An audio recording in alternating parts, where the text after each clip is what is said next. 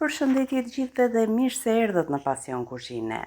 Sot do përgatisim së bashku një tavë kaq të shijshme me bulgur dhe mishpule, saqë arrita të bëj një mrekulli, binda edhe reon e vogël të mbaroj të gjithë pjatën, madje edhe me majdanoz sipër. Në këtë video do t'ju tregoj jo vetëm një drekë fantastike familjare, por edhe një dy sekrete të vogla. Mishin e pulës pasi e kam hapur, i shtojmë pak krip, piper të zi, mix erzash dhe në fund fare vaj ulliri. Do t'i vendosim kapakun dhe do t'a lëm në zjarr të ulët të gatuhet. Në këtë mënyrë mishi merr edhe skuqe, por edhe zbutet. E kthejmë nga ana tjetër, si shikoni mishi ka dalë në yndyrë. Do t'i shtojmë nga ana tjetër sërish krip, piper të zi dhe atë miksin e erëzave.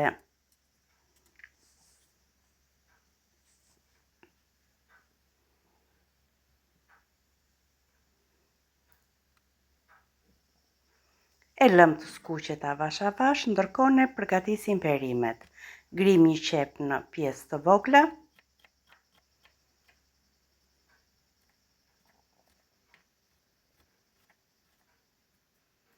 Sot më kujtua që nëna ime gjithmonë qepën e grinte në dorë, duke i bërë disa prerje vertikale dhe horizontale dhe qepa bëj shumë e vogël. Por do ta sjell edhe unë një ditë atë mënyrë. E largoj mishin e skuqur nga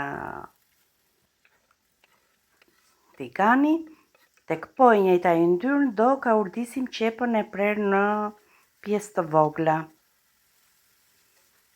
Derisa qepat të zbutet dhe të marrin një skuqe, ne do grim një kungullesh.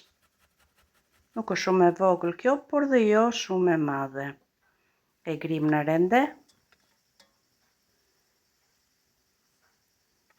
E shtojmë në tigan, duke i bërë një kaurdisje derisa kungulli tu mbasin plotësisht lëngjet. Jo vetëm që nuk kuptohet fare kungulli në këtë recetë, do ta shikoni që në fund fare nuk duket fare ku është kungulli. 3 domate i pastrojmë nga lëkura dhe do t'i presim në kubik.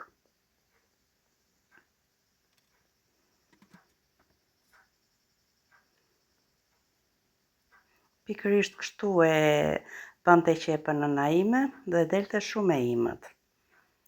Atë drurin ato e përdornin vetëm kur kishin mish, ndërsa të gjitha perimet e tjera i prisnin vetëm me dorë. Ktu kam bulgurin, do ta laj dhe do ta lë të kulloj. Si e shikoni, kungulli ka humbur lëngjet, në këtë moment shtojmë domatet. 5 minuta unë domate do t'i lë me kapak që domatet të shpërbëhen pak. Jo plotësisht, por të shpërbëhen. Më pas i largojmë kapakun dhe i lëm domatet që t'ju largohet lëngu. Pasi është larguar lëngu i domateve, shtojmë 2 filxhan të çajit me bulgur. E përziej mirë, e rregulloj me krip, pak piper të zi. Dhe sekreti i kësaj recete, të paktën për familjen time funksionon shumë mirë, është sasia e ujit. 2 filxhan të çajit me bulgur, unë i kam shtuar 6 filxhan të çajit me ujë. Që do të thotë është raporti 1 bulgur dhe 3 ujë. Vendosim mishin pothuajse të bërë sipër, e pikim për 30-40 minuta, në fund fare majdanoz. Tani që tava është gati dhe majdanozi i freskët u hodh sipër, është koha që unë dhe Reo të marrim super fuqinë ton për sot. Shpresoj shumë që kjo recetë e thjesht ju frymëzoi dhe pse jo ta provoni edhe ju në familjet tuaja. Shikojeni si ka dalë bulguri, i ndar kokër më kokër dhe kungulli nuk kuptohet fare për të gjithë ata që nuk dëshirojnë kungull.